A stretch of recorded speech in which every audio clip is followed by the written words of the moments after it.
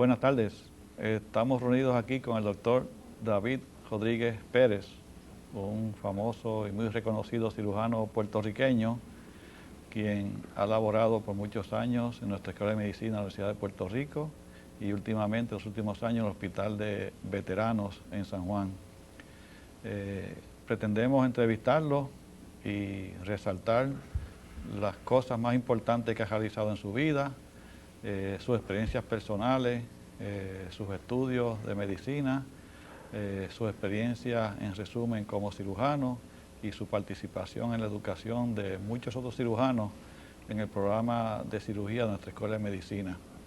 Así que, buenas tardes, don David, ¿cómo están las cosas? Encantado de estar contigo, Enrique. ¿Cómo se siente? ¿Bien? Ahí un poquito emocionado ante las palabras tuyas. Sí. Bueno, pues fíjese, yo quisiera preguntarle varias cosas. Primero, ¿dónde nació usted? Yo nací en un pequeñito pueblo de Vega Baja, Melao. Vega Baja. ¿Hace cuántos años ya eso? Hace ya pasados 82 años. 82, muy bien. ¿Y todavía está practicando la cirugía? Todavía esto me tienen activo ahí en veterano y en el oncológico. Sí.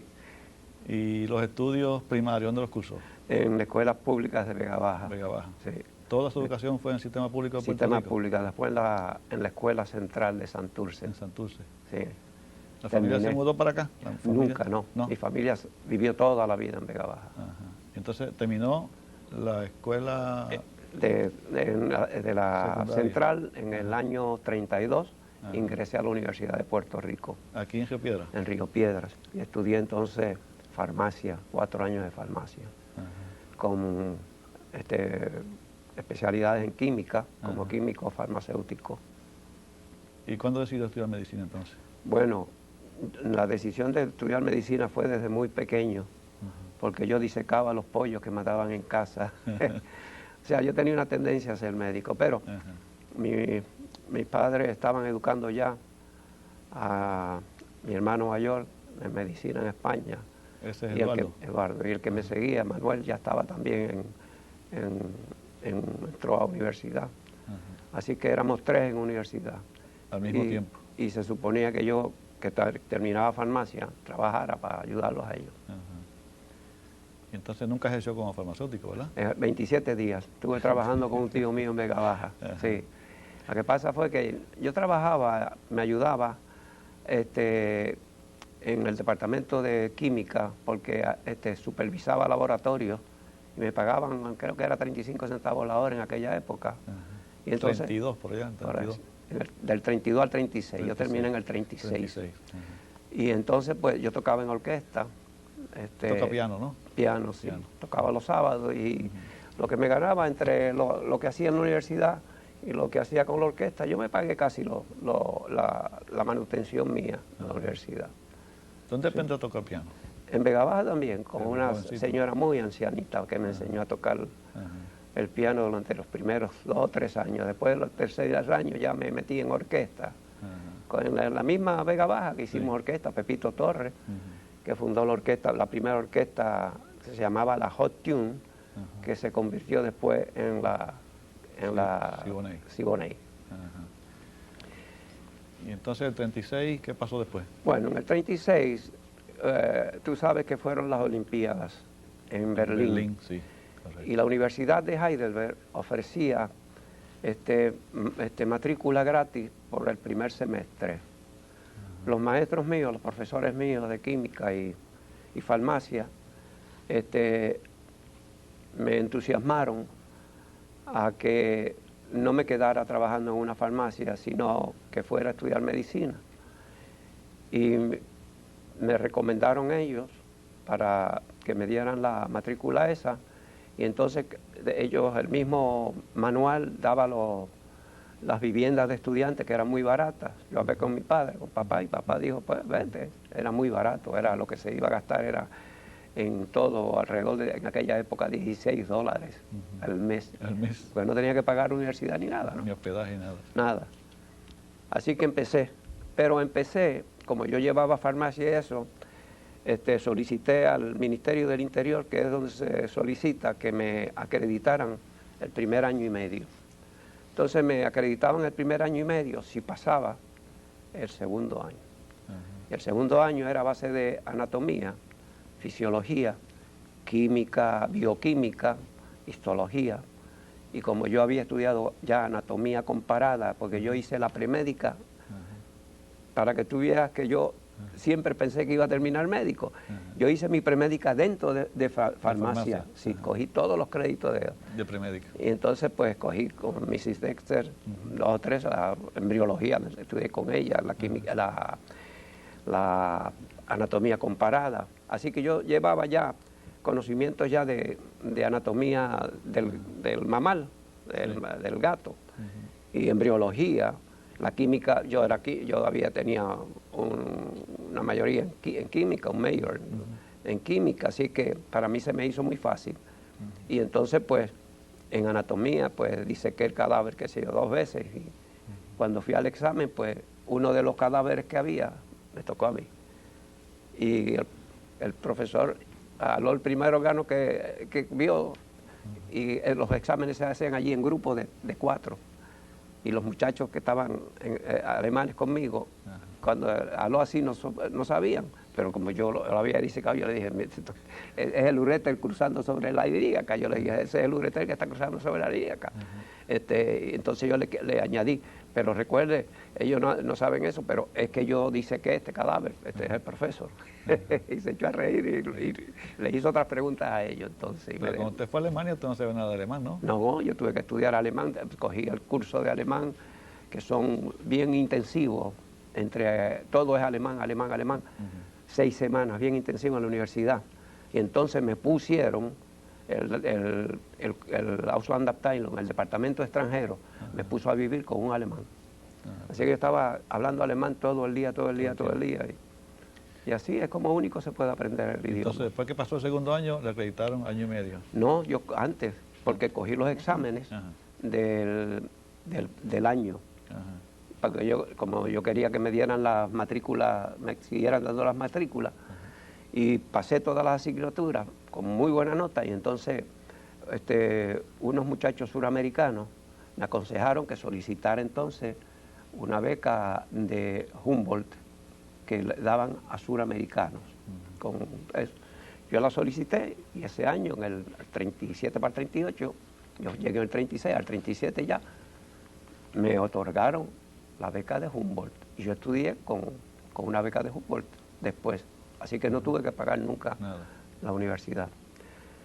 También entonces me ayudé allí en el departamento de intérpretes, Dolmetscher Institute, en el instituto, que daba español conversacional. Me daban una remuneración baja, pero me ayudaba con eso también.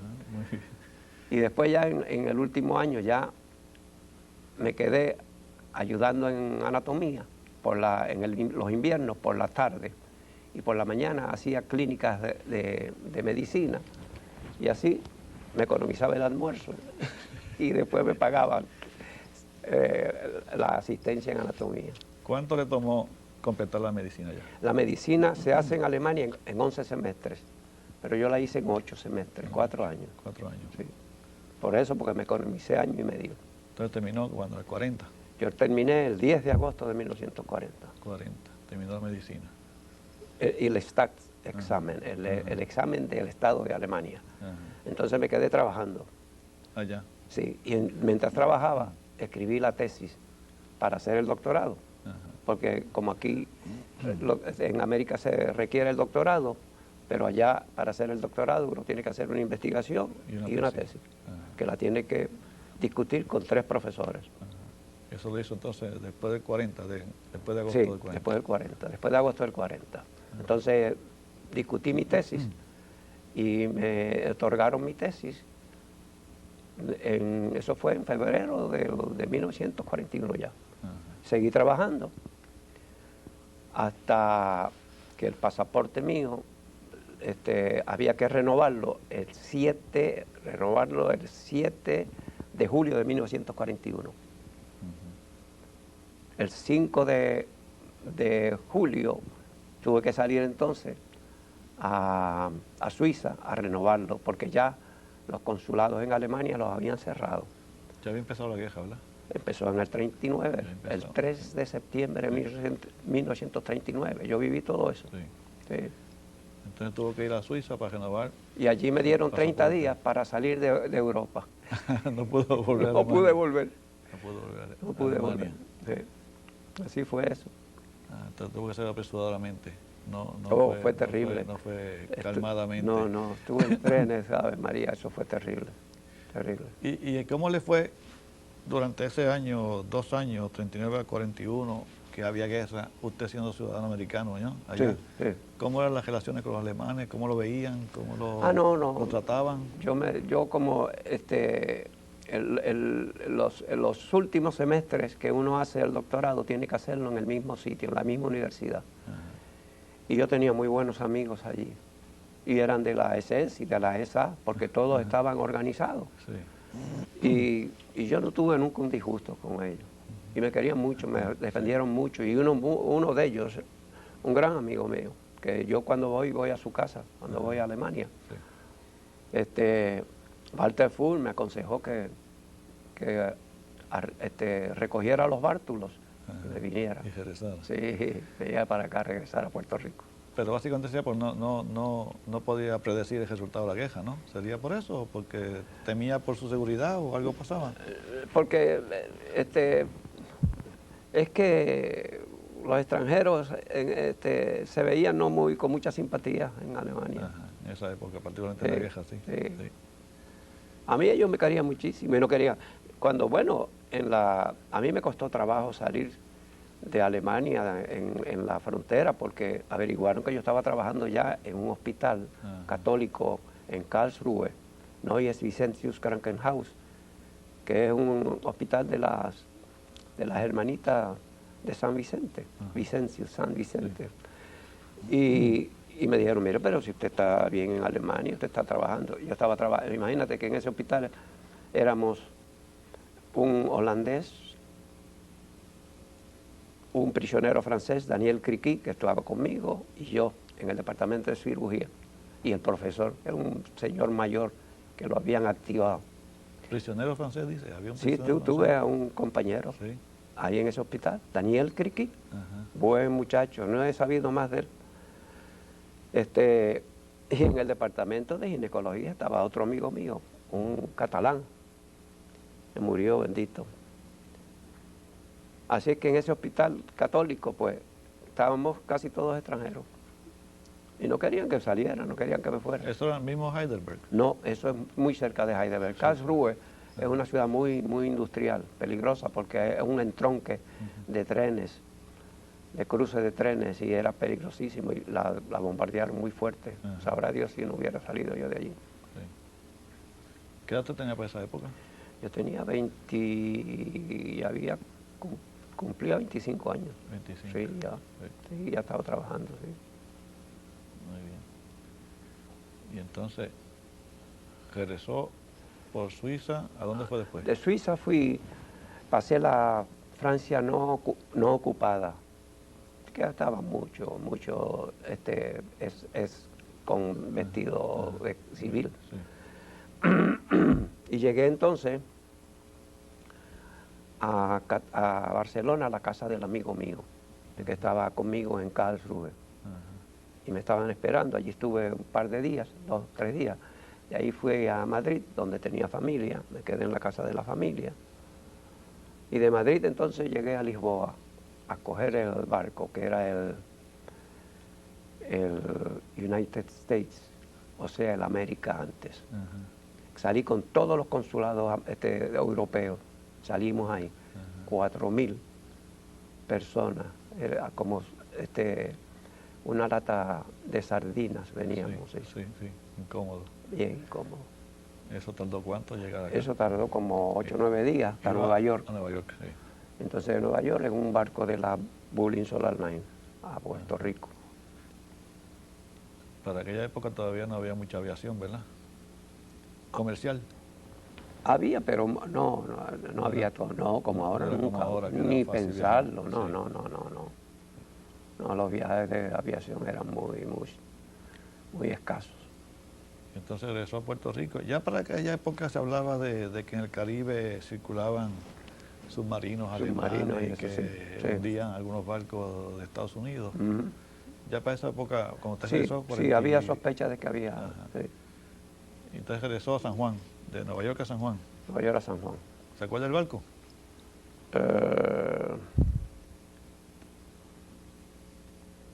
No me acuerdo si era uno que lo hundieron después. Ajá. Uno de los que hundieron, de la Bull. Sí, Blue Lines. No era Coamo, el Coamo no era. Creo que el Como lo hundieron también. Sí, Me sí. parece, cuando un viaje de eso regresaba de Puerto Rico a Nueva York, lo hundieron entonces. A ver, el otro era el Borinquen, Borinquen. o uno de esos, sí. Era más grande que el Coamo, uno de los grandecitos ya. Entonces regresó aquí exactamente en el 42, esa época. No, en el 41. Llegué a Puerto Rico el 7 de septiembre de 1941. Mire qué coincidencia. 41. La guerra estalló el 3 de septiembre del 39. 2 años después, Sí. exactamente. Sí, yo estuve año y pico. Y entonces acá, ¿qué hizo acá? ¿Dónde hizo su adiestramiento de cirugía? Ah, bueno, yo entonces había conocido al doctor Guillermo Barbosa en París, cuando la Feria Internacional de 1937, y me le había ofrecido si quería ir a Alemania a conocer, yo estaba entonces en Heidelberg, a conocer al profesor Kirchner, muy bueno, y él estaba entusiasmado, pero no lo logró porque estaba con el presidente del Senado allá en París. Y entonces pues él se me ofreció también a mí, y cuando llegué pues lo fui a visitar y me acogió entonces de residente en el hospital municipal. ¿Eso en Francia? En Puerto Rico. Ah, Sí, porque él estaba con Martínez Nadal allá. sí, sí. Okay. ¿En qué hospital acá estaba él? Aquí era el jefe de los hospitales de cirugía, de los hospitales de la capital. Ajá. ¿Y en qué hospital en particular hizo la En el City residencia? Hospital, En aquí. Santurce. Santurce, en la 22. Allí estuve 5 años casi. Del 41 al 46. 41 al 45. 45. 45 fui entonces a Ann Arbor, Ann Arbor, Michigan. a hacer torácica. Torácica, me mandó Ajá. el departamento de salud. ¿Cuánto tiempo estuvo en Ann Arbor? En Ann Arbor estuve 1 año y pico. Un año. Entonces volvió para acá. Acá vine. Entonces vine al departamento de salud. Ajá. Y entonces creamos un departamento de torácica en el distrito de Bayamón, que no había. Ajá. El Ruiz Soler.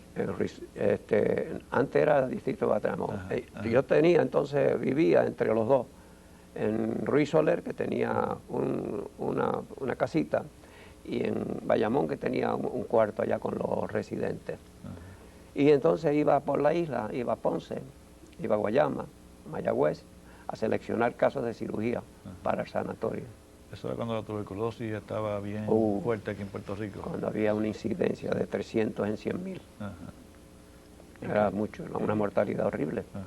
Horrible. Que los medicamentos no existían. No. Bueno, era colapsar los pulmones, Colapso, hacerle resecciones. resecciones muy pocas porque no había antibióticos todo en aquella época, ¿sabes? Sí, no había respiradores, Sí, ni había sí.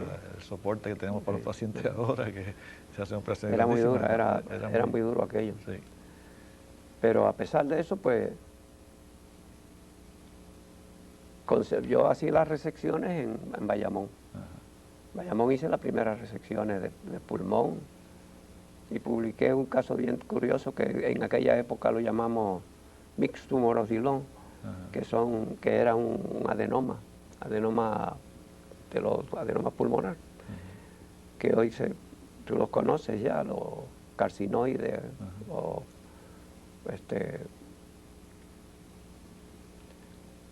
que están ahí entre si son malignos o benignos, Ajá, sí, sí. pero hacen metástasis Sí, y se matan. comportan como malignos, sí.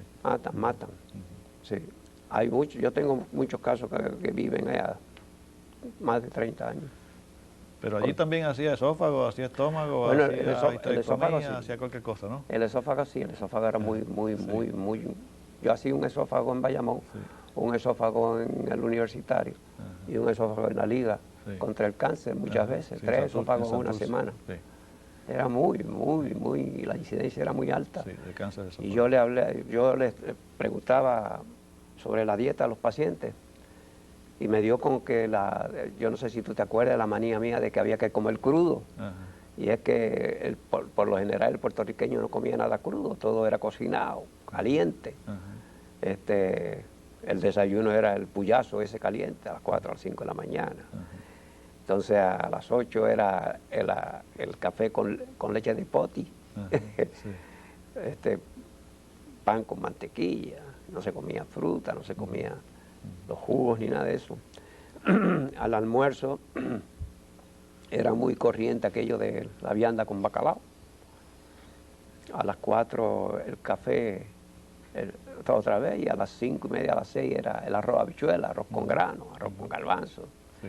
Y eso esa era la dieta generalizada en aquella época. La mayor no, había muchas, desde luego, que se preocupaban por una dieta balanceada, pero la mayoría del pueblo, el bulto de la población, tenía una dieta muy deficiente en vitaminas. Sí. Además bebían mucho, ¿no? Y fumaban eso, mucho. Fumaban y bebían, y eso, la bebida pues también arrastra todo el complejo de B. Exacto. Se lo lleva. O sea que había una deficiencia de complejo de B, con anémicos, con el síndrome de Plummer-Vinson, coincidencia, y con una esofagitis benigna. Pero había, por lo general, lo curioso era que la incidencia mayor del cáncer era en hombres, pero había mucho cáncer de esófago en la mujer. Ajá. Y yo decía, bueno, pero lo único que es coincidente es la dieta en ellos. Es la dieta. Sí. Y a mí me impresionó mucho Gaylord Heuser, que era eso yo lo leí en Alemania en el año 36, leí yo primeramente de Gaylord Heuser. Y Gaylord Heuser era un tuberculoso, y estaba en Davos, que es una institución de tuberculosis muy, muy grande, en Suiza. Y él notó que los italianos se curaban muy ligero de la tuberculosis. Y él lo observó y les mandaban muchas naranjas chinas, Frutas. Sí. muchos vegetales, muchas frutas de Italia. Y él le impresionó eso, y eso me lo pasó a mí, los escritos de él. Y a mí me impresionó, y mi desayuno en Alemania era 1 o 2 tomates, leche cortada, cruda, y el café que me mandaba para acá, en polvo, que lo colaba allí, y tenía que darle a los alemanes que lo olían. Y eso me impresionó, esa dieta de crudo, crudo en el año 36, 37, me impresionó eso. Y la incidencia del cáncer en Europa, de cáncer de esófago, especialmente en Alemania, era muy raro. Es más frecuente en Francia, pero es que en Francia se toma mucho coñac, muchas cosas, y eso, sí, también tú no sabes contribuye. que se roba el complejo B. Ok, entonces después de Bayamón, ¿cuál fue el próximo paso? Después que el hospital de tuberculoso y Sí. la liga, que está Bueno. en Santurce, el municipal se mudó para acá después en el Entonces 60. hubo el intercambio ese, yo seguí. Siguió con la Seguí escuela, siempre con... universitario. Seguí con el universitario entonces, que era el de Bayamón, y seguí con el sanatorio, seguí yendo a hospitales entonces se hizo Calley también, entonces iba a Calley a seleccionar casos de... ¿Cuándo cerró el sanatorio que estaba en Bayamón? ¿Cuándo cerró? ¿Qué año? Se redujo a una parte posterior, y fue cuando yo vine a la escuela. Amadeo me trajo a veterano en el año 1971, octubre de 1971, empecé yo entonces, yo me jubilé. Ajá. Y empezó en veterano. Empecé en veterano, entonces full time, a jornada completa. Ya lleva 25 años más en veterano, 26. 26 ya. 26. Ya en veterano. Sí. ¿Ya te vas a jubilarse ya también? Yo me jubilé. Yo me jubilé. Sí, yo me jubilé en el año 86. Ajá. Y Gume, los dos, Ajá, vecinos. sí. Nos jubilamos y dejamos de hacer cirugía cardiovascular. Ajá. Y entonces yo me fui a celebrar mis 50 años a Heidelberg. Ah, regresó ya. Y al regreso, Ujú. al regreso, había un caso de un pancreatómo Sí. que, En veterano. sí, que lo habían tratado y seguía con su tumor, y entonces pues tenía destrucción de la segunda vértebra dorsal, tercero. Y entonces me llamaron y yo le dije, este hombre se va a quedar cuadripléjico, parapléjico, y mejor es operarlo antes que... Y lo operé. Y le hicimos una resección de las primeras 5 costillas con el lóbulo superior. Y le llevamos la segunda vértebra dorsal y la tercera. Me ayudaron en esa época, bendito Luis, el ortopédico, Sí, y el neurocirujano Bravo. Bravo. Sí, Bravo. Sí. Y le sustituimos las 2 vértebras. Eso fue en diciembre de 1986. Y Luis Miranda está todavía vivo. No, ya está vivo. 11 años y está muy bien.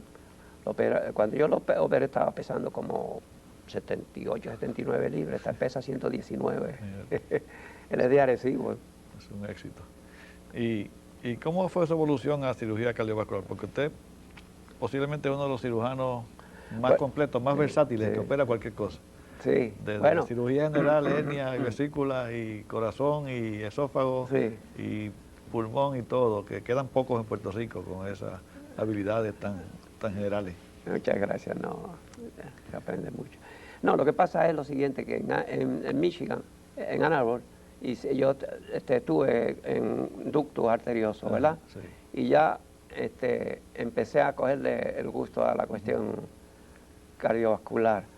Y entonces Alexander me hizo que fuera por lo menos 2 semanas a Boston y que fuera a Hopkins antes de venir a Puerto Rico.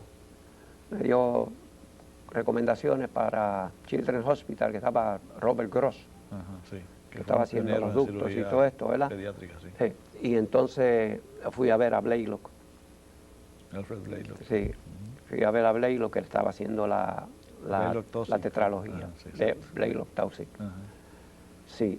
Y entonces pues en Bayamón hice el primer ducto arterioso en 1946. Y lo presenté a la Asociación Médica de aquel año. Ajá. Que vino entonces Gibbons y presentó su trabajo experimental con la bomba de membrana que él inventó. Sí. Y presentó el trabajo experimental, no presentó pacientes, no se hizo hasta el 53, no hizo el paciente. Sí.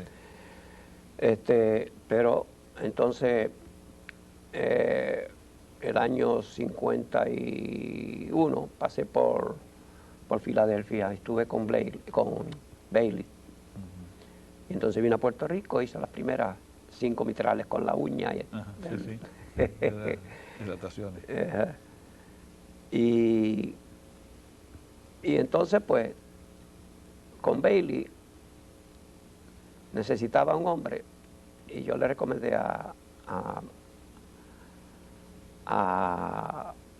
Gumercindo Blanco, doctor Blanco. que ya en ese año, en el 55, no, en el 55, en el 54 al 55, ya nosotros estábamos haciendo trabajo experimental. Yo estaba con Gume y ¿Aquí en la Escuela de Medicina? Sí, aquí en la escuela. Yo sacaba el jueves. Sí. Yo seguía, pero el jueves era sagrado. Yo me iba para la escuela con Gume y con el árabe, le decíamos a Adams. Sí, Adams. Adams está vivo, ¿verdad? Yo no sé, porque él lo operaron de las 2 piernas y no he sabido más. Allá había un técnico de laboratorio. Agustín. Agustín, famoso. Fenómeno, era Agustín, se murió joven. Sí. Él no pudo estudiar medicina y se quedó con nosotros en el laboratorio. Pero se hizo después, él enseñó en la escuela de medicina después, o en la premédica, hizo biología. Ajá. Porque él había descrito algún tipo de operación parecido a el desvío coronariano que se hace ahora en animales. Entiendo yo que él describió algo de eso. Fue Con Don Gume en aquella Gume. Sí. Es el retrógrado. La perfusión retrógrada también. Yo hice con ellos, con Gume eso. La perfusión retrógrada a través del seno coronariano. Pero qué curioso, yo le decía, Gume, esto es fenómeno, y me decía Gume, no, David, las venas no se hicieron para esto.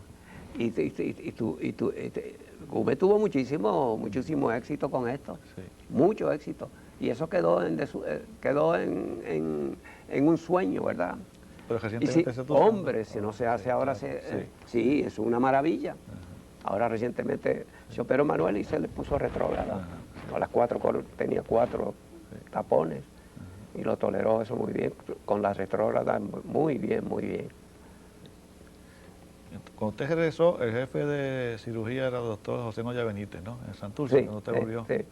Y después Después cuando nos fue mudamos para Frank. acá, fue Frank Rafulli. Frank, sí. Y por ahí todos los jefes subsiguientes que ha tenido la escuela, Sí. usted siempre estuvo acá. Y Siempre después, estuve. Sí. Hasta 71 se marchó veterano. Sí. Y en veterano todavía, pues me llamaban de vez en cuando, porque seguí siendo activo en la facultad. Ajá. Sí. Sí, el programa Y de cuando cirugía está Gume, afiliado, sí. estamos unidos allá, el programa de veteranos Sí. y la escuela. Cuando Gume también, le ayudé a los residentes acá, algunos casos, cuando se cambiaban y eso. Sí. Y usted se operó de corazón también. Yo operó Gume, allá en de Veterano. emergencia. Sí, me dio un dolor y al otro día estaba ¿Cuánto operado. hace eso ya? Hace como 10 años ya, ¿no? No, hace 11. 11 años. No, ¿qué? 13 años. 13 años hace ya de esa En operación. el 83. Sí. Voy para 14 años. Sí. Esa operación funciona. Sí, Operación se buena. alarga la vida. Sí. Se alarga la vida, definitivamente. Sí. Y entonces la sigue, va ocasionalmente a veterano nada más, cuando lo llaman y Se supone que yo, muchachos. cuando me llamen y eso, pero yo voy casi todos los días. Sí. Porque bueno, si opero un caso con los muchachos me gusta seguirlo y el postoperatorio me gusta que lo hagan como yo me gusta el postoperatorio. Y si lo voy a operar, a mí me gusta examinarlo. Por lo tanto, tengo que ir antes, lo examino. Y después lo voy a ver todos los días si puedo. O sea que estoy todos los días en veterano, excepto los lunes por lo general. Sí. Oiga, ¿y de sus hermanos cuántos son? Nosotros somos 6 hermanos. Eduardo el primero. Eduardo es el mayor. Después usted. Yo, después Manuel, Manuel, que se psiquiatra. operó recientemente. Exacto. Jaime Jaime, ¿qué se dedica? es el farmacéutico. Farmacéutico. Agustín, que es el ginecólogo. Ajá. Y Carlos Oscar, que es el radiólogo. Sí. Y están todos vivos. Sí. Y mayorcitos de edad todos. Todo ya. Eduardo tiene 83, me encontré el otro día en Pavía y está más bien. La operación de Manuel, su tercer hermano. Y lo saludé allá y se ve bien ágil. Sí. ¿Y cuántos hijos tuvo usted? Yo tuve 3 varones. Tres varones todos. ¿Y qué se dedican los muchachos? Pues los muchachos, el mayor, David, es escritor, escribe versos, escribe sketches de televisión. Ajá. ¿Está aquí en Puerto Rico? Sí, hace anuncios por televisión. ¿Se llama como ese? David. David, igual que usted, el mayor. El segundo es Alberto, es arquitecto, trabaja como arquitecto. Y el menor, Javier, es químico especialista en esta cuestión de pureza de agua y de minerales. ¿Está en el gobierno? No, trabaja por su cuenta. En las farmacéuticas, le da mucho trabajo. ¿Y están casados? ¿Tienen nietos? No. ¿No tienen nietos? Yo tengo nietos en Alemania, de un hijo que tuve en Alemania, sí. Sí. Es el mayor. ¿Y cuántos nietos tiene allá? Allá tengo 3 nietos. 3 nietos. Pues, ¿Varones? Varones todos, sí. Sí. No hay más hembras en mi familia. Son 4 varones, uno que tuvo en Alemania y 3 por acá, y tiene 3 nietos ahora mismo. 3 nietos. ¿Y lo visitan, son muchachos? Sí, casi todos los años vienen. ¿Así? Sí. Mi hijo ha venido casi todos los años últimamente. ¿Habla alemán con él? Sí, hablamos alemán todo el tiempo. ¿Y la esposa de él es alemana? Alemana, sí. ¿Y cómo se llama el alemán? ¿Cómo se llama? Peter. Peter, sí. Peter Rodríguez, nombre extraño allá, ¿o usa el apellido suyo? El apellido que usa es el apellido de su segundo padre, del padrastro, Schenk. Alemán, sí. Schenk, que Schenk tiene varios significados, puede ser regalo. Ajá. Geschenk, Geschenk, ich schenke, yo regalo. Y la esposa de Peter es alemana, obviamente, Sí, también. sí, sí. ¿Y a qué se dedica Peter? ¿Qué hace él? Peter es ingeniero. Ingeniero. Sí, todo. Civil. Sí, ingeniero ingeniero de trenes y Sí. de construcción, eso. Muy complicado eso, Sí. complicadísimo. ¿Y los nietos son grandes ya? ¿Qué edad tienen? Sí, el primero es ingeniero también, Ah, sí, electrónico. están adultos, sí. Ese trabaja con la Siemens. Ajá, la compañía grande alemana. Y posiblemente, a lo mejor, como él está en esos de trenes allá, a lo mejor cuando se instalen las El tren de cuestiones acá. electrónicas aquí, venga, ¿sabe? Seguro, Ajá. probablemente. El segundo, el que sigue, está haciendo un doctorado nada menos que en matemáticas y física. Ajá. Y el último está estudiando arquitectura, el más pequeñito. Que no es pequeñito, es altísimo también. Es grande. ¿Cuánto? Sí. ¿Y la esposa de Peter qué hace? Ella es maestra, era maestra, no trabaja ya. Maestra. Sí, ¿De maestra. idioma? Idioma, inglés. Sí. Sí. Enseña inglés en Alemania. Sí, enseña inglés, enseñaba inglés. Qué bien. Una familia grande. Y usted me dice, cuando estaba en Alemania no había cuestión de persecución porque era americano, esas cosas. No, le marchó a mí todo nunca bien. Sí. Nunca me fue nadie a investigar. Cuando estuve aquí sí, venían a verme de Sí. la FBI y de todo eso. Ah, cuando vino para acá. Oh, sí. Entonces sí cree que, Entonces que era un espía alemán que estaba en sí, Puerto sí, Rico. aquí. Que era un agente alemán. Y cuando fui a Ann Arbor, Sí. me dejaron en el aeropuerto como 6 horas, chicos, encerrado en un cuarto allí. Hasta Los que revisaban sus credenciales y las cosas. Sí. Como 6 horas, 5 o 6 horas estuve yo en Miami. Sí. ¿Y los nietos los visitan acá? ¿Vienen acá? Los 3 han venido, sí. ¿Ah, sí? Los 3 han venido. Acá a la playa de A Vega Baja. a la playa, ¿Le gusta sí, la playa? le encanta la playa. Y al físico, pues le encanta el geodésico, de Arecibo. el área Sí, de Arecibo, sí. sí. Él quiere venir ahí a estar una temporada. Ajá. Y parece que lo va a lograr. Ajá. Me dice que hay una gente muy buena ahí, muy buena. Sí, Hay uno o 2 noveles que vienen ahí, ¿sabes? Arecibo. Sí. Y él está encantado con eso. Él se habla un inglés bueno, muy Habla bien perfecto, el sí, inglés, muy sí. buen inglés. Sí. Ninguno habla español, obviamente, ¿no? No saben español. El mayor estudia español, porque yo creo que él va a venir acá. Yo creo que Sí. él Quiere está venir pensando. acá por un tiempo y quiere saber algo de español, por lo Sí. menos. Pero acá se podrá comunicar bien en inglés, porque digo, Sí, aquí sí. en Arecibo no debe tener problema. No sé. Ah. Sí. Interesante. ¿Y cómo fue su historia de Alemania? ¿Cómo fue la cuestión? La joven alemana, ¿usted la conoció cuando era estudiante? Usted estaba soltero por allá, ¿no? Ah, sí, yo era soltero, Sí, sí. Eso fue una celebración de los exámenes, ¿sabes? Sí. Pero no tuve chance. Ajá. Me sacaron de allí antes de que...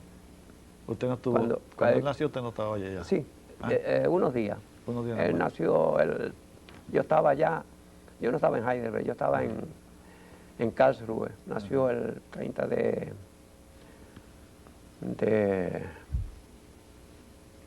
junio y yo tuve que salir, ya yo estaba en vía de salir. Ajá. O sea, lo No vio lo pequeñito, conocí lo allí. vio bebé, No lo conocí, ni lo vio nacer tampoco. lo conocí ya después de Después. ingeniero. Ah, después de grande. Sí. ¿Y la mamá del que era estudiante también? ¿O No, qué? ella trabajaba en un negocio allí en Los Bajos donde yo vivía. Ah, sí. Una aventura de juventud. No, Juventura. Sí. Bueno. Y entonces, ¿ella está viva? Sí, ella está viva. Yo la visito. Ajá. Sí, conoció a mi mujer y todo. Sí. Ah, usted fue después allá, Sí. después con su esposa, Sí, Mili. sí. Mili. Volvió a Alemania después. Sí, 2 veces estuvimos allá, Ajá. Mili y yo. Y No, entonces- yo estaba más veces, sí. Entonces consiguió al hijo, lo vio Sí. ya de adulto. Sí, ya adulto. Ya de sí. adulto. ¿Y cómo fue la recepción? ¿Buena? ¿Ah? ¿Cómo fue la recepción? ¿Buena? Sí, nosotros seguimos unas relaciones Ajá. civilizadas. Comunicada por teléfono, por carta, Sí, esas cosas. cartas, sí. O sea, se casó con otro. Sí, Y- con médico. A un médico. Se casó se con un casó médico, el otro. sí. Se casó con un médico. ¿Y él tiene más hermanos? No. Peter no tiene más No, hermanos. tiene una hermana, Una hermana. una hermanastra, sí. Hermanastra del Sí. señor, del doctor Schenk. Mm. Sí. Así fue la historia. Entonces, usted fue para allá y lo encontró ya de adulto, De ya, adulto, ya sí. educado y todo, Sí. y casado y con muchachos y todo. Sí. ¿Cuánto hace de eso que usted fue para allá? La primera vez que lo vi, eso fue en el 86. Ajá. Y él tenía que dar más o menos. 86, 41, del 41 al 86, 45 45. 45 años, un adulto ya grande.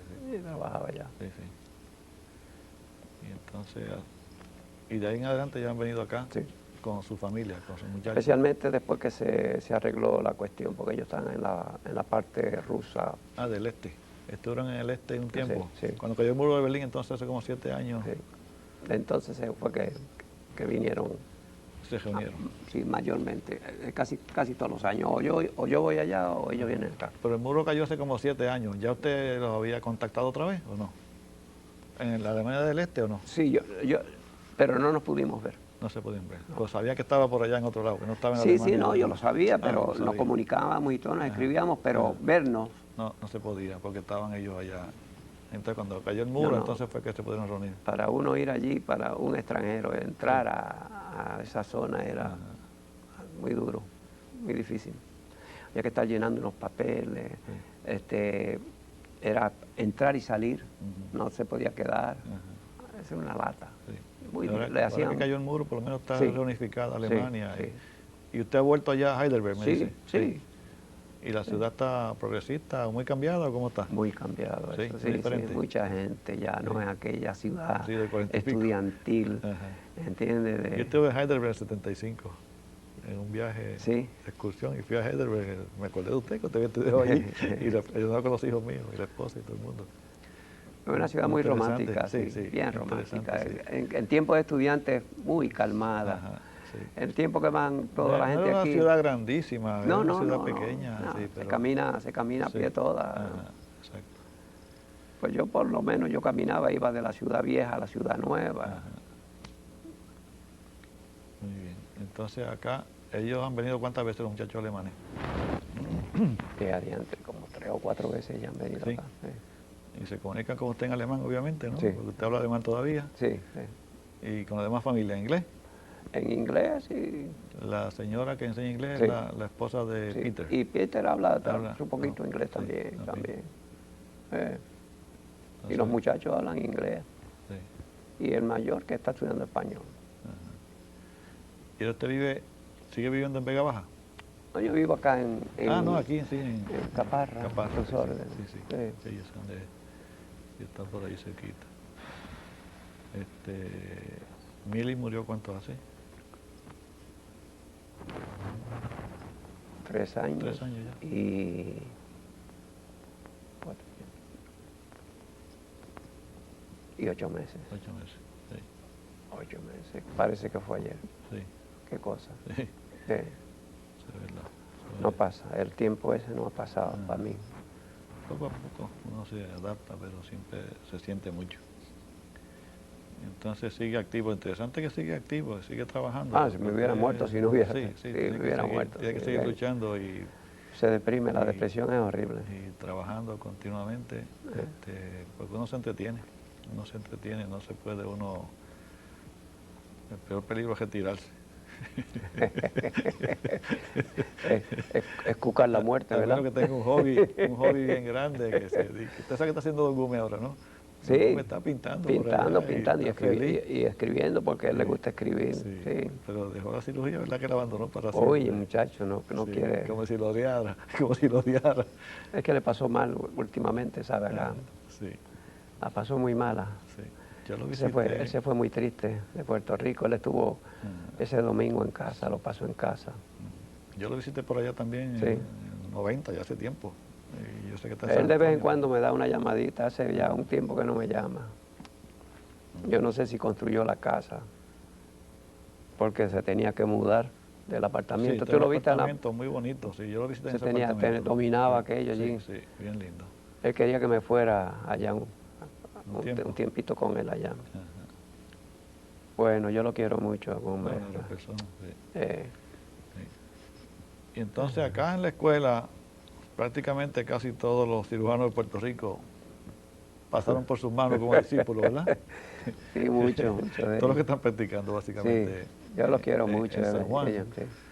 Todos los quiques, como tú dices, Todos los como quiques, usted ajá. dice, y otros que no son quiques, que han estado en veteranos, que Sí. rotan por allá, porque Sí, el sí. programa es combinado y participan. Y están muy activos. Hay un grupo de cirujanos muy bueno en San Juan que están trabajando muy bien, yo creo, y le dan lustre a la profesión aquí en San Juan. ¿Verdad? Se siente uno Y orgulloso. crédito con a los ellos. maestros Sí. que le ayudaron. Sí, se siente uno orgulloso, sí, caray. claro, porque Sí, son estudiosos, ¿sabes? Muchos de ellos son bien, ustedes siguen estudiando, eso es importante. sí. Uno no termina nunca esta carrera. Eso es verdad. Esto nunca se termina, esto es que todos los días es un aprendizaje constante, un aprender constante y hay que exigirse.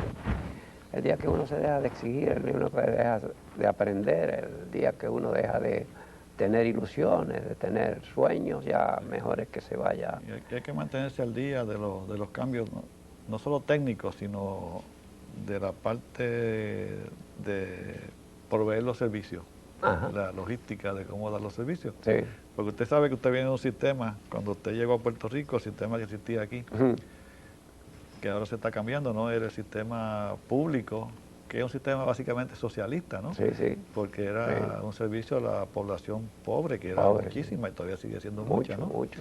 Y eso todo está cambiando y hay que pues uno estar atento a los cambios. Y los cambios en tecnología pues son extraordinarios porque la cuestión de, usted vivió la cuestión de la bomba de perfusión extracorpórea, que en esos años 50 y pico fue que se desarrolló. Exacto. Y después los nuevos procedimientos que se han añadido, como el desvío coronariano de años recientes, ¿no? 20 años, algo así. 60 y pico, 62. Que se han introducido. Y en cirugía general, pues hay otras cosas, la laparoscopía. Eso ha revolucionado. Esa fibra óptica, Sí. fibra óptica, eso ha revolucionado todo. Exactamente, que hay muchas operaciones que uno no pensaba que se podían hacer por unos agujeritos pequeñitos, pero ahora se pueden hacer. Y eso seguirá creciendo. Oh, sí, eso está evolucionando cada día más y más y más. Va a seguir desarrollándose. Sí, es una cosa sorprendente esa. Sí. Por otro lado, pues la parte que le digo de proveer los servicios, porque también está cambiante aquí en Estados Unidos, en todos sitios.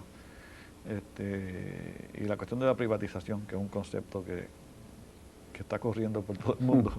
Yo no sé si para bien o para mal, pero que como les decía hace un momentito, vivimos en una sociedad unipolar, ¿no? Que no sabemos si el capitalismo tendrá que hacer algunos ajustes. Yo entiendo para cumplir con el principio de función social que tiene que tener un país, una profesión o un gobierno o lo que sea de proveer servicios que la comunidad necesita, que no puede ser el motivo de ganancia de un capitalismo sin oposición, pues no creo que sea correcto o que vaya a durar mucho. Yo no sé si el capitalismo tiene que hacer unos ajustes, porque ahora no existe el comunismo y el socialismo pues ocurre en cierta medida, pero que no es tan marcado como era antes, antes de caer el imperio ruso, digamos, la Unión Soviética. Y estamos viviendo unos tiempos interesantes, y usted ha pasado por toda esa gama de muchos años de estudio, práctica de la cirugía por muchos años. De hecho, se han retirado dos sistemas, el sistema de acá y el sistema de veteranos, que son pocos los que se han retirado de dos servicios así. Ya no me queda nada más que retirarme para siempre, ¿no? El último retiro. Eso nadie sabe. El último. Oiga, yo estaba hablando otro día con Agustín, en una actividad social y con Eduardo, ahora cuando la operación de su hermano Manuel, y me contó una cosa que me sorprendió también. Eduardo me dice, cuando fue como militar a la Segunda Guerra Mundial, Alemania, conoció a su hijo alemán, que era bebé. ¿Eso es correcto? Tenía dos o 3 años, algo así, que la mamá lo llevó porque se enteró. ¿Y cómo se enteró que el tío Eduardo iba para allá? Pues, es que Heidelberg es un pueblecito pequeño. Sí. Era en esa época, ahora mucha gente ya. Pero antes Yo cuando regresé por primera vez, en el 51, estaba todavía el mismo vendedor de periódicos y me reconoció. Ah, sí. ¿Entiendes? Sí, sí. Y cuando yo fui al sitio donde yo iba a tomarme mi cervecita de noche y eso, que me vio la patrona, la Ave María, enseguida me reconoció. Y fue a la mesa, una mesa grande de 8, donde nos sentábamos un grupo, sí, y le dijo que había llegado un Stammgast, un habitué, uno que... Un cliente habitual de allí. Se levantaron los 8, me saludaron y se fueron y me dejaron la mesa solo con la compañera que yo llevaba, que era la hija de Kirchner, la mayor.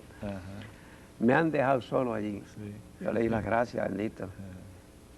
Fui a recordar los tiempos cuando íbamos allí a tomar las cervecitas de noche.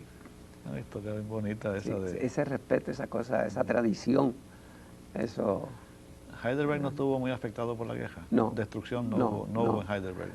Y cuando yo estuve, sí, cuando yo estuve, nos tiraron 2 veces bombas, 2 veces. Una llegó y le hizo daño a la Stadthalle. A la Stadthalle, la alcaldía.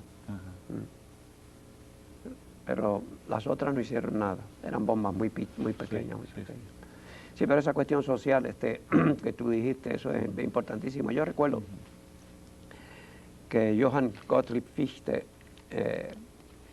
yo estuve en Jena, estudié en Jena un semestre, y él fue profesor en Jena, igual que Schelling y que Hegel. Esa escuela tenía muchos filósofos, pero esto te estoy hablando de 1795. Ya escribió en los discursos a la nación alemana que el deber del Estado es educar en la libertad. Para educar en la libertad es educar al pueblo en la moral. Porque decía él que solamente la libertad individual está limitada por la libertad individual del otro, del vecino. Sí. Eso es lo primero. Y lo segundo, decía él, el gobierno debe aunar las condiciones para que el pueblo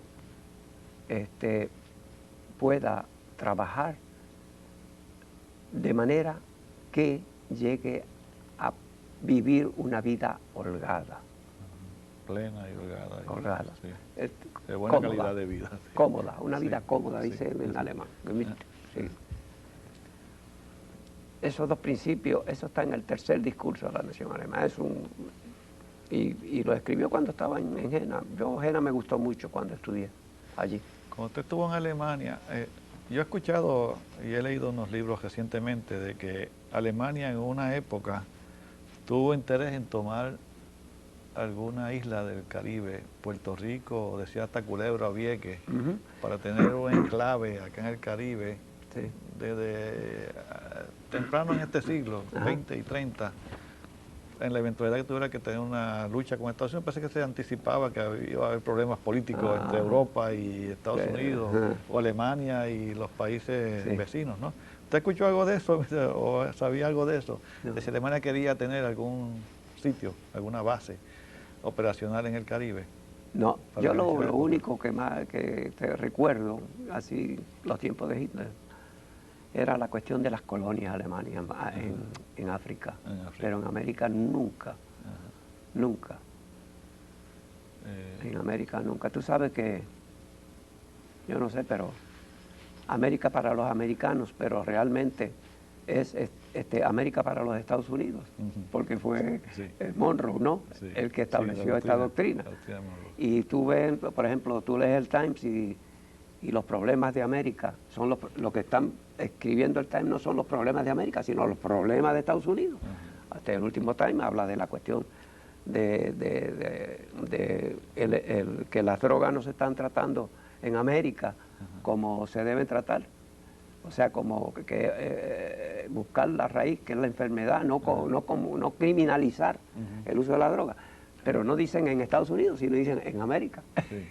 Y ya por eso que te digo que yo no sé si eso influenciaría en alguna forma para que yo no oí jamás que se mencionara intereses políticos o económicos así. Yo sé que habían intereses económicos con Chile y que había una amistad con Chile muy... Y yo aprendí a tomar vinos chilenos en Alemania desde el año 36, los Undurraga y muchos vinos chilenos. Allí los tintos eran casi todos chilenos, no había franceses, chilenos, todos. Muy buenos, baratísimos, desde luego, ¿no? Muy baratos. Pero sí, las colonias en África, sí, eso se mencionaba. Pero en América en no. África, en América no. En el Caribe prácticamente tampoco. No. Porque, eso lo leí recientemente, no sé, y como también mencionaban de los ataques, y aquí había preocupación en la Segunda Guerra Mundial, supuestamente, de los submarinos que daban vueltas por la bahía y qué sé yo cuánto, que lo hacía más interesante, que de hecho hundieron algunos barcos, porque algunos barcos fueron hundidos de pasajeros, no barcos de guerra, y es interesante cómo esa historia ocurrió.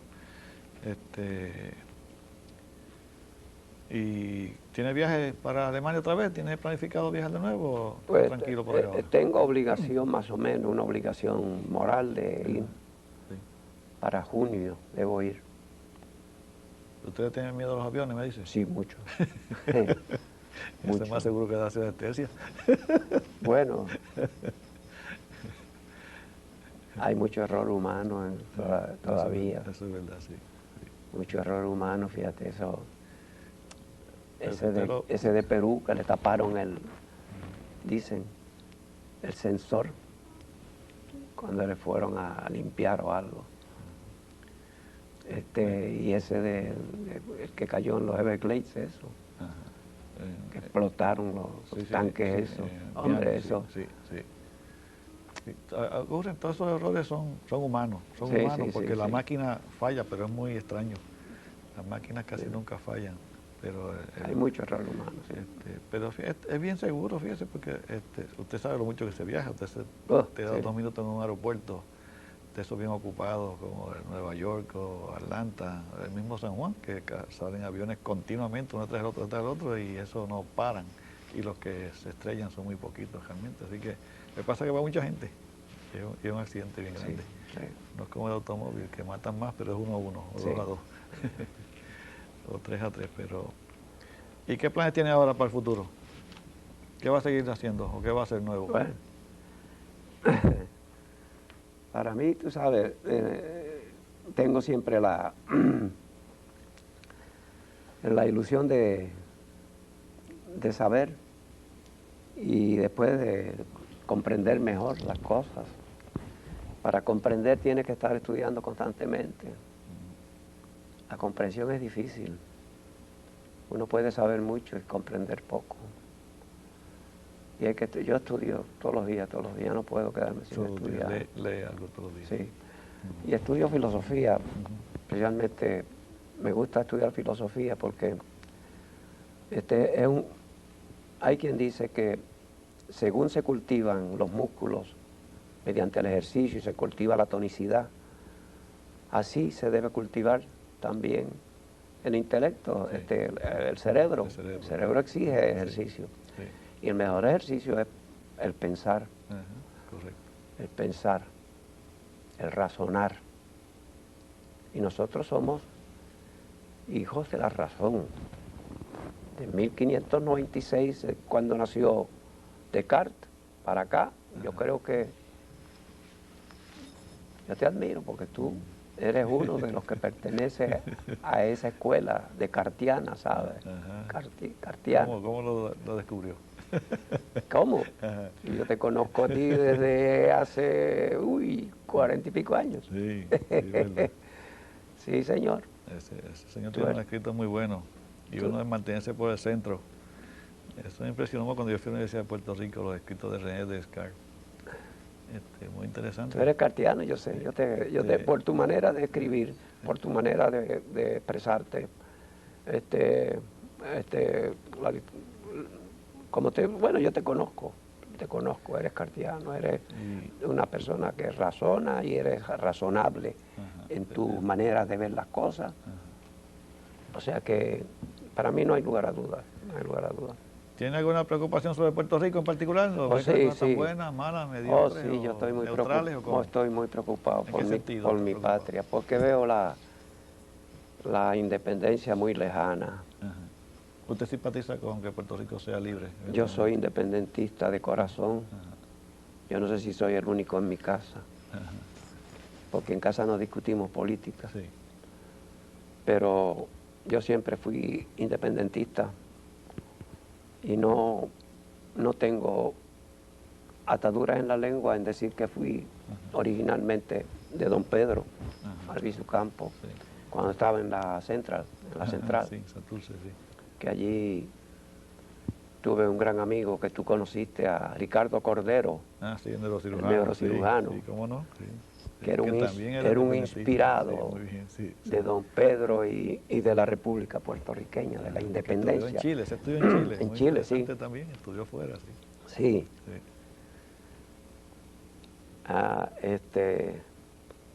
Lo sentí mucho su muerte. Antes de ir yo para Alemania en el 86, bendito. Sí. Ricardo. Y bueno, lo de independencia no sé si eso va a llegar o no va a llegar. Pero por lo menos una autonomía de tipo, por lo menos como la que teníamos cuando entraron los americanos aquí, la de don Román, la de don Valdoriotti de Castro. Sí, al principio. Que impresionó. Final del siglo pasado, sí. Que duró 6 o 7 meses nada más. Sí. Que duró muy poco. Sí. Pero fue un hombre un hombre tan bueno, humilde, era un sabio, era maestro de ciencias naturales y era un escritorazo, y era un hombre tan humilde. Y su discurso en las cortes impresionó a los españoles, impresionó. Sí. Don Román impresionó a los españoles de aquella época. En esa época estaban nada menos que aquellos grandes oradores. Sí, claro. Castelar que eran hizo Mella los discursos que él hizo en las cortes y sobre la libertad de los esclavos y eso. Ave María. Era una maravilla hablando. Pues realmente hacia dónde nos dirigimos nosotros no sabemos. Es interesante cómo Puerto Rico ha evolucionado tantos años y no sabemos dónde vamos. Pero es que no sabemos por la educación. La base, bueno, mira, dicen, tú sabes, la ignorancia es la madre de todos los vicios, dicen los griegos ya hace muchos años. La ignorancia es la madre de todos los vicios. Todos los vicios que tenemos, toda esa cosa es debido a la ignorancia. Al muchacho que tú le enseñas la maldad, a odiar la maldad, y le enseñas en la práctica, el ejercicio del bien. Si tú coges a esos muchachos a los 5 años, como a 5 años y medio, como dice Platón, que esa es la época donde se forja el carácter de la humanidad. Pero eso no existe. Ahora lo que van a enseñarle es a usar las computadoras. No tiene conceptos básicos de... Señor, si lo primero, en 1700, como te digo, en 1795 decía Fichte, el deber del Estado es enseñar al pueblo a amar la libertad. Y solamente siendo un pueblo moral es capaz de vivir en libertad. Solamente moral, porque tú lo tienes aquí, esta inmoralidad que hay. Que esto es horrible, como decía Goethe, es mejor que muera un inocente injustamente que no 1000. Es lo que ocurre aquí hay 1000 muertes injustas en un año. Sí, exacto. Pero es la inmoralidad, chicos, es la ignorancia, es que no se les enseña lo básico. La escuela es el disparate más grande. Yo soy producto de la escuela de hace 70 años, 70 y pico, no más, 75 años, chicos, 76. Yo entré a los 5 años y medio a la escuela. Y estudié en la escuela pública, pero había una clase que se llamaba civismo en mi época. Eso se perdió ya. Y los padres los primeros que nos ajustaban cuentas cuando cometíamos, yo recuerdo, en tercer grado yo tenía 7 años y medio, mi maestra era vecina de nosotros. Y en la fila que yo estaba haciendo, ¡pam!, me dio un reglazo. Cuando yo vine a casa yo escondido, porque teníamos que darle a una bomba para subir el agua del aljibe al río allá. En aquella época, te estoy hablando de los años 20. Y entonces cuando vino Miss Pérez, le dice, Anita, le tuve que dar un reglacito a tu hijo. Y mamá me dice, ven acá, que te pegó Miss Pérez, te tuvo que pegar. ¿Qué tú hiciste? ¡Pángana! Mamá tenía una muñeca de cara. Tenía el reglazo marcado aquí encima. Encima me dio mi buena nalgaza, que pegaba duro. Bueno, eso es educación. Que haya un verdadero intercambio de escuela, hogar e iglesia, pero con el pivote, con ese móvil de la educación moral. Si después que usted tiene... Pero chicos, si el hombre virtuoso no necesita de las leyes, ¿qué hombre que practique las virtudes va a necesitar de leyes? Sí, porque llega hasta un punto hasta que interfiere con su vecino. Ahí se detiene, porque no necesita hacer más nada. Todavía la regla de oro de la Biblia es bien importante. Ajá. Yo no soy muy religioso, pero digo, la regla de oro es hacer al otro lo que usted le gustaría que hicieran a usted. Y eso aplica a la medicina. O no hacerle al otro lo que usted no gusta que le haga. Sí, del otro lado también se puede poner, pero... Y en medicina eso se aplica extraordinariamente, ¿no? Cuando uno es paciente, a uno le gustaría que le hicieran lo que usted le debe hacer a su paciente cuando está del otro lado, ¿no? Cuando uno se acuesta en la mesa de operación, digamos, usted le pasó ya eso. A mí no ha pasado todavía, pero eventualmente me va a llegar de que tenga que acostarme de paciente, ¿no? Y es interesante cómo uno reacciona diferentemente, pero distinto, pero esa regla todavía siendo la mejor, yo creo que la más importante, una de las más importantes del comportamiento humano. La justicia difícil, esa es la virtud más difícil, decía Sócrates. Fiat justitia paretet mundus. Hágase la justicia, porque lo otro, si no hay justicia, entonces le viene la interpretación kantiana. Si no hay justicia, no merece que el mundo sea vivido por seres humanos. Y usted aprendió alemán en un curso intensivo y la práctica de allí de los años. Sí. No, y todavía lo mantiene bueno. Y todavía sigo aprendiendo alemán. Sí. Yo leo constantemente alemán. Porque lee obras en alemán, sí. Lee obras en alemán. Sí, constantemente. ¿Recibe revistas de allá o algo? No mucho revistas. No. De vez en cuando compro. ¿Tiene libros y cosas de alemán? Sí, yo tengo muchos libros alemanes. Sí. Muchos. Todos mis médicos son alemanes. Sí, son alemanes. Y entonces tengo mucha literatura. Filosofía, libros de filosofía de profesores míos de filosofía de allá, de Jaspers. Filósofo. Sí, Karl Jaspers. Sí. La primera vez que lo oí no entendí ni jota. Qué hombre aquel. Parte de la experiencia. Qué hombre aquel. Pero realmente su hazaña es bien interesante, porque irse para un país sin saber nada de ese idioma. Primero aprender el idioma, ¿no? Para después tener una disciplina difícil como es la medicina, ¿no? Y después estallar la queja, que es otro ingrediente adicional que le complica la situación. Pues tiene un mérito extraordinario que usted haya logrado todo eso. Porque muy pocos se aventurarían a hacer esa maniobra, ¿no? De irse a un país con un idioma totalmente diferente al de nosotros, porque realmente es diferente, y aprenderlo y dominarlo, entonces estudiar medicina y tener éxito en toda esa empresa Pues don David, para terminar yo quisiera que usted, que domina el español y el alemán y el inglés, me diera un saludo, si fuera dirigida a un grupo puertorriqueño, un saludo de bienvenida o agradecimiento, lo que usted quiera, y en alemán también. Bueno. Un saludo a una audiencia, digamos, y a un grupo de personas, en alemán y en español.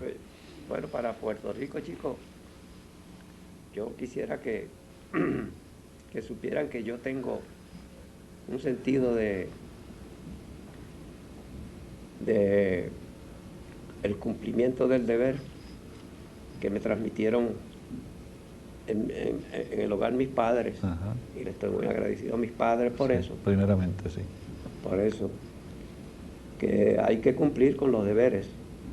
Cada época, cada edad, los deberes siguen siendo deberes. Uh-huh. Y lo más grande es el cumplimiento del deber como deber. Después, pues, imagínate mis maestros,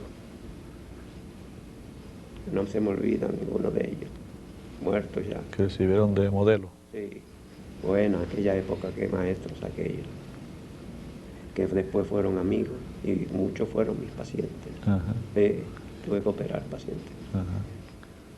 Uno murió conmigo, Mr. Odas, el que era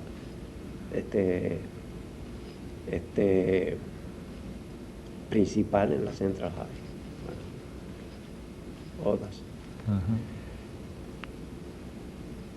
Agradecimiento es lo que yo creo que es. Usted es un producto típico de Puerto Rico. Sí.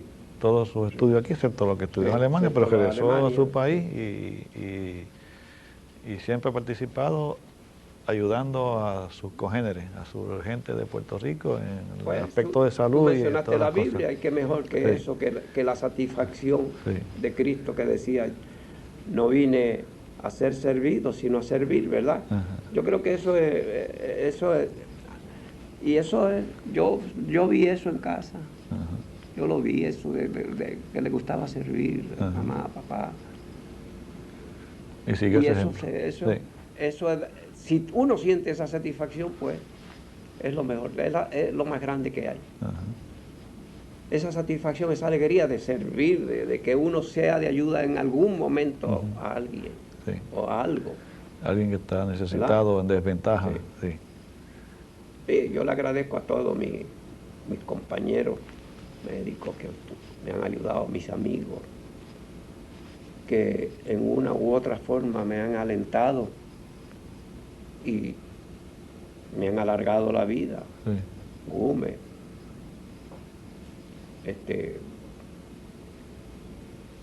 los que estuvieron con Gómez, la operación allá, todos ellos yo les estoy muy agradecido.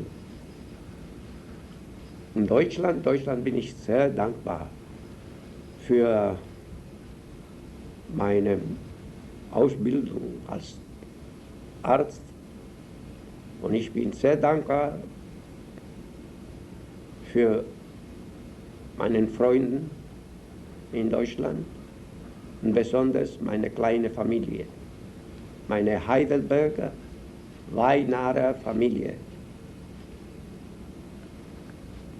Mein Sohn, meinen Enkeln, Astrid, Susi, alle meine Dankbarkeit. Mein Freund Walter Fuhr, mein Kamerad, der war mit mir zu jeder Zeit in Heidelberg und danach habe ich ihn besucht. Sehr eine Freundschaft, wie nur diese Kameradschaft in Deutschland und überall in der Welt sein soll und ist.